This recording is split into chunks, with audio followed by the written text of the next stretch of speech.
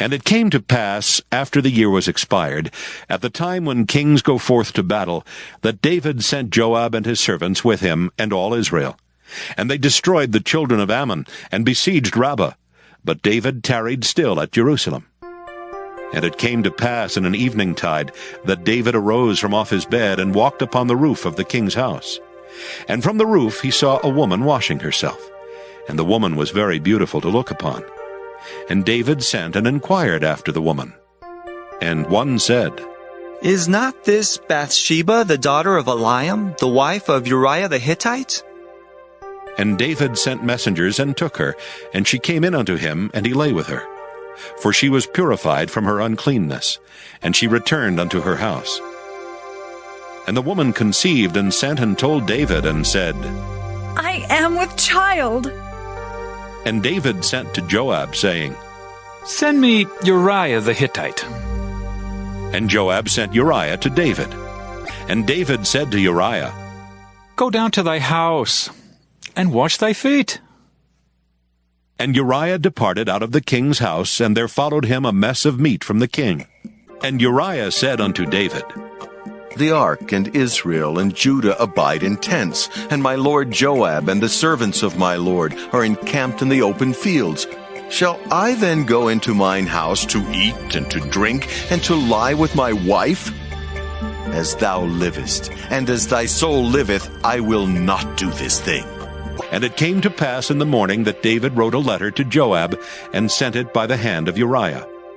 And he wrote in the letter, saying, "Set ye Uriah in the forefront of the hottest battle, and retire ye from him, that he may be smitten and die." And when the wife of Uriah heard that Uriah her husband was dead, she mourned for her husband. And when the morning was past, David sent and fetched her to his house, and she became his wife, and bare him a son. But the thing that David had done displeased the Lord.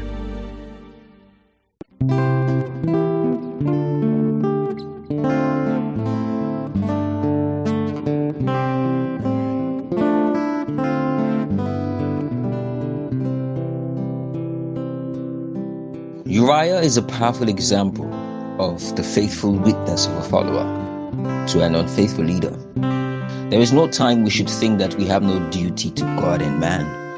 At the point we lose sight of our duty to God and man, the devil strikes. That's his moment. When we are tempted at this point, God in his love creates a way of escape, but we must be ready to surrender our will to his, to notice and take advantage of the way of escape.